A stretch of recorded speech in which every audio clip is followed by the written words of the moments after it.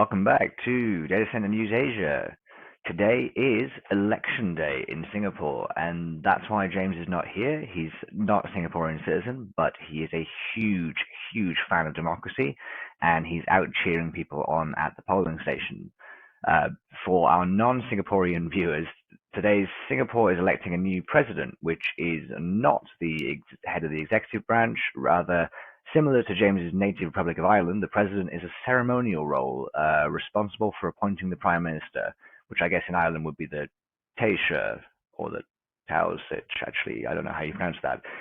No, James is, of course, in Korea for the W Media Cloud Data Center Conference, which, from my Korean network, I hear has been a great success this week. Despite some of the challenges in the Korean market of late, there's, I think, still huge optimism for growth. And our first story, or my first story, I should say, flying solo, is actually in Korea this week. The Korean government has announced a 1 gigawatt campus, which will be developed over the next 14 years by 2037. For context on a gigawatt in the Korean market, so according to the data on DC Byte, Seoul currently has around 500 megawatts live. So this is twice the capacity of one of the world's biggest metropolises. 190 megawatts under construction in Seoul. There's another 500 megawatts committed, and probably another 200 megawatts in early stages planning. So the Seoul market itself is set to probably double in the near future. So where is this new 1 gigawatt campus? It's actually in a town called, and please forgive me if I'm butchering the pronunciation here, although I don't think this is an official Korean word, SolaSeaDo. So SolaSeaDo is something we reported on for the first time back in September 2022, but I think it's been in the works for a long time in Korean discussion groups, although most of the older news is in Korean only, which I'm unable to read. We reported that the Bosung Group, in conjunction with investment from Black & Beach and some renewables investors, were building a 200 megawatt campus. SolaSeaDo is a massive urban development project using a mixture of public money as well as private money from the central government and the Jeollanam-do provincial government, and it's aiming to make a futuristic city located on the shoreline to the extreme south west of the country. So 40 minutes from Mokpo International Airport. You've kind of got Seoul at the top. You've got Busan down where all the Microsoft campus is and a lot of the military and some of the oil and gas is down there. And then this new development here near to Mokpo International Airport. When will we actually see some data centers? In theory, the first 5 buildings are a 300 megawatt substation, so possibly up to 300 megawatts of capacity there, will be up by 2027.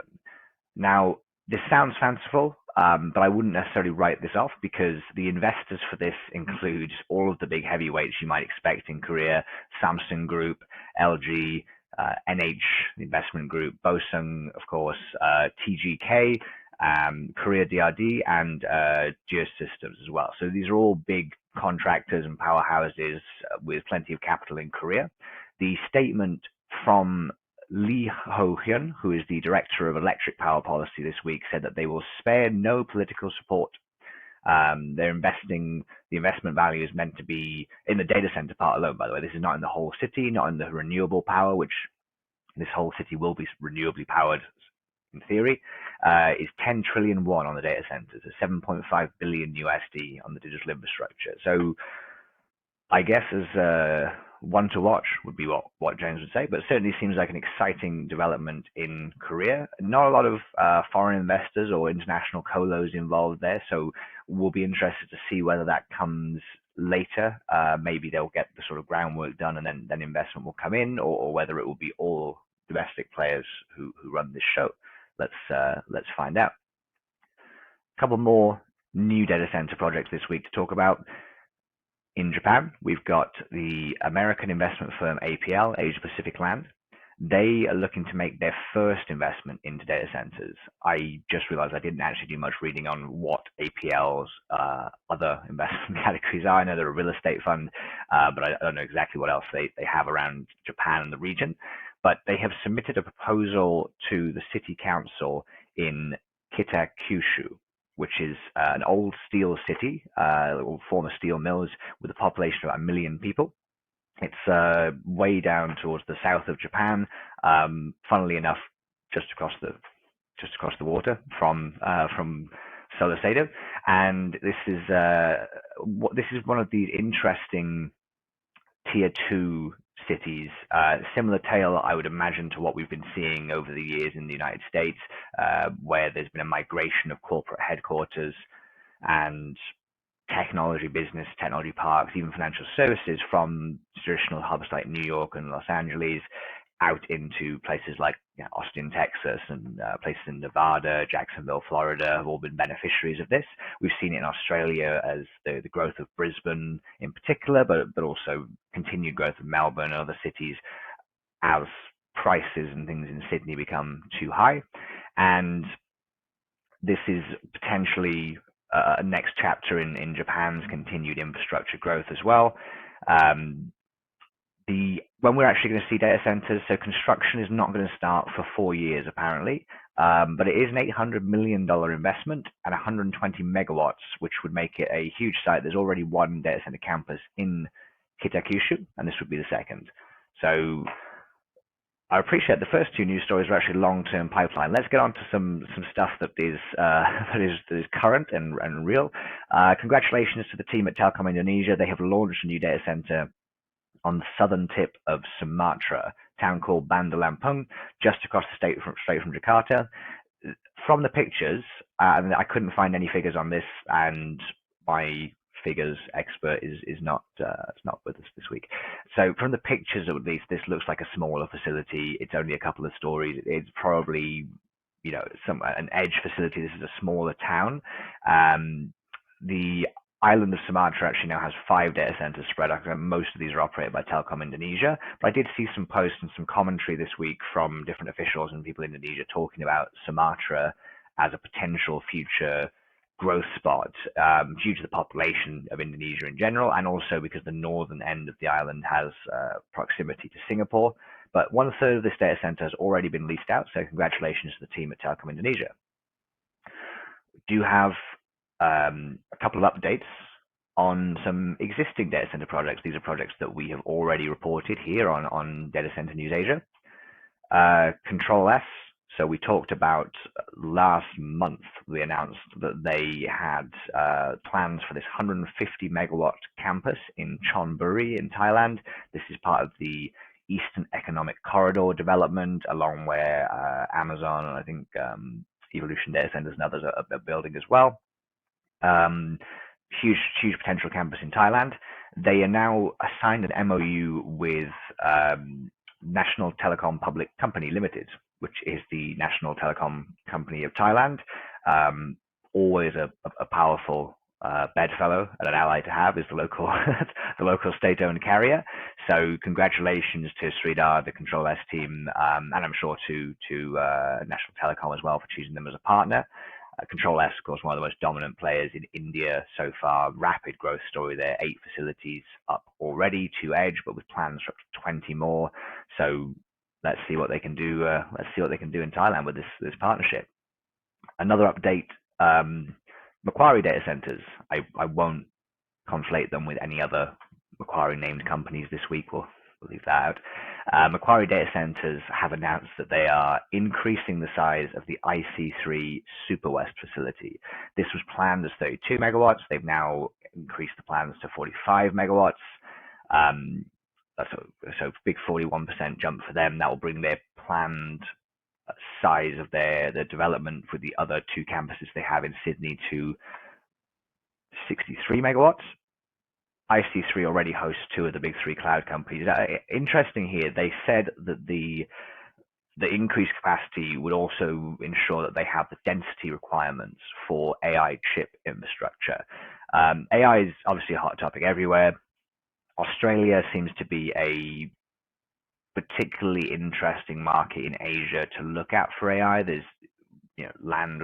I think the cost to build there is still quite high compared to other places in Asia, but the availability of land, of clean energy, potentially of clean energy if things are built, and the capabilities of local companies make it a potential hotspot for these larger campuses. I haven't yet seen any official kind of orders, but I do know that most of the big cloud companies have been sniffing around these requirements. So let's see if Macquarie data centers are one of the ones to capitalize. Sydney would be an interesting location. Maybe different people are betting on different things, I guess, for this.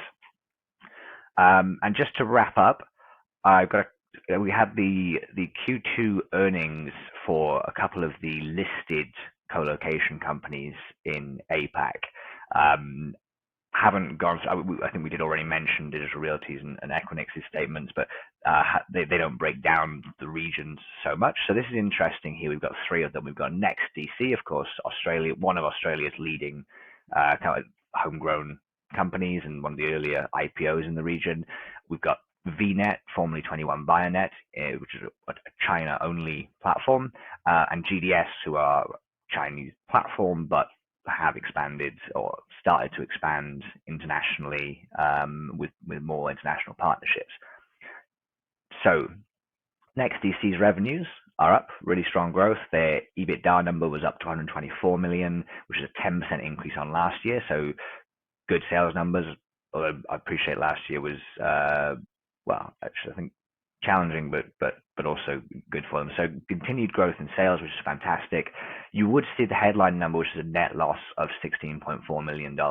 And this is kind of the tail of the tape for these listed companies in this industry, where there's so much demand and there's so much need, whether it's new things like AI, whether it's existing things like just cloud computing, digitization. There's so many layers to data center demand. And the only way to retain your market share and your market position is to continue to spend, and keep investing. So NEXTDC attribute the loss to more CapEx, considerably more CapEx continued. They've obviously just opened their plans in Malaysia, and as well as there's some financial pressures in terms of some asset depreciation, financial expenses. We're seeing the roll-on effect of interest rate rises. So yeah, good sales numbers, but an expensive business, data centers. GDS also announced strong earnings, which is interesting because we were talking just a few weeks ago about the challenges in the China market, the huge stock value depreciations we've seen for the China platforms, but still 16.3% year on year, up to 170 million adjusted EBIT number. I mean, adjusted EBIT numbers, but we'll go with it as a listed company. Same for all three of them, to be honest. They're all using their own numbers here, but still looks very positive and exciting news for them. They're still apparently planning the spin-off of their international business, looking to sell a minority stake for 300 to 400 million. So that'll be interesting there.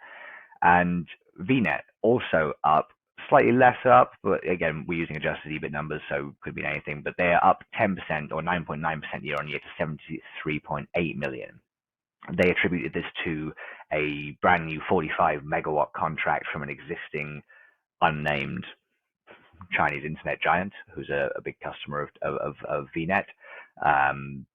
Please feel free to to submit your guesses. We will not be publishing the results. But yeah, so exciting stuff. I think, good sales numbers from some established companies there.